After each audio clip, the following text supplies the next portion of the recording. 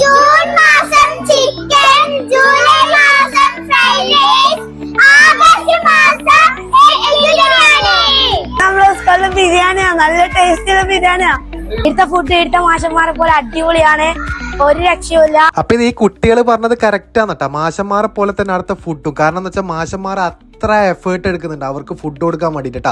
അപ്പൊ ഈ സ്കൂളിനെ പോലെ കേരളത്തിലല്ല ഇന്ത്യയിൽ തന്നെ ഇതുപോലൊരു സ്കൂളും ഇതുപോലൊരു ഫുഡും വേറെ ഇല്ലാന്ന് തന്നെ പറയാം കേട്ടാ. നിങ്ങൾ വിചാരിക്കുന്നുണ്ടോ ഇതേടപ്പം ഈ സ്കൂള് കേരളത്തിൽ തന്നെ? അപ്പൊ കേരളത്തിൽ തന്നെ കാസർഗോഡ് ജില്ലയിലെ തൃക്കരിപ്പൂർ കൈക്കോട്ടയുടെ വാട്ടെ ഈ സ്കൂൾ വരുന്നത്. പഠിക്കുന്നുണ്ടെങ്കിൽ ഇതുപോലൊരു സ്കൂളിൽ പഠിക്കാൻ ആരും ആഗ്രഹിച്ചു. കാരണം എന്താ വെച്ചാൽ അത്രയും വെറൈറ്റി ഫുഡ് ഓരോ ദിവസം കൊടുക്കുന്നുണ്ടെങ്കിൽ അവിടുത്തെ മാഷന്മാരും പി ടിയും അത്ര എഫേർട്ട് എടുക്കുന്നുണ്ട്. അവർക്കൊരു സല്യൂട്ട് തന്നെ നമുക്ക് കൊടുത്തിട്ടാ. ഫുഡ് മാത്രമല്ല കേട്ടോ, അടുത്ത കുട്ടികളെ ഡിസിപ്ലിൻ കണ്ടിട്ട് തന്നെ നമ്മൾ നെട്ടീന്. കാരണം എന്ന് വെച്ചാൽ അടുത്ത അധ്യാപകർ ന്യൂജൻ അധ്യാപകരാണ്. അവരെ കുറിച്ച് പറയാനില്ലേ നമുക്ക് വാക്കില്ല.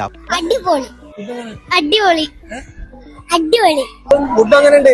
അടിപൊളി അടിപൊളി ഫുഡിനെ കുറിച്ച് അടിപൊളി, സൂപ്പർ. കാലം മാറുമ്പോൾ കാലത്തിനൊപ്പം മാറില്ല, ഇത് കാലത്തിനേക്കാൾ വേഗതയിൽ മാറിയതാണ്. കാരണം എന്താ വെച്ചാൽ ഈ നെയ്ച്ചോറ് നമ്മൾ കഴിച്ചാൽ നമുക്കത് ഈ പഠിക്കുമ്പോൾ ഇങ്ങനത്തെ ഫുഡ് ഉണ്ടാ ഇല്ല, കണ്ണിയും പേരും അത്രയും ലക്ഷറി ഫുഡ് കൊടുക്കുന്ന സ്കൂൾ പിള്ളേരുണ്ട്. 3000-ത്തിനടുത്ത പിള്ളേരുണ്ട്. ടീച്ചേഴ്സിന്റെ മാനേജ്മെന്റിന്റെ ഇതിന്റെ ബേക്കിലുള്ള എഫേർട്ട് അവരെത്ര മണിക്ക് ഫുഡ് കഴിക്കൽ പോലെ നമുക്കറിയില്ല അല്ലെ. എന്റെ അഭിപ്രായം നാക്കില്ല. മൊത്തത്തിൽ ആ ഒരു നൊസ്റ്റാൾജി നമുക്ക് വീണ്ടും തിരിച്ചിട്ടാണ് അല്ലേ? ഫുഡ് എങ്ങനെ?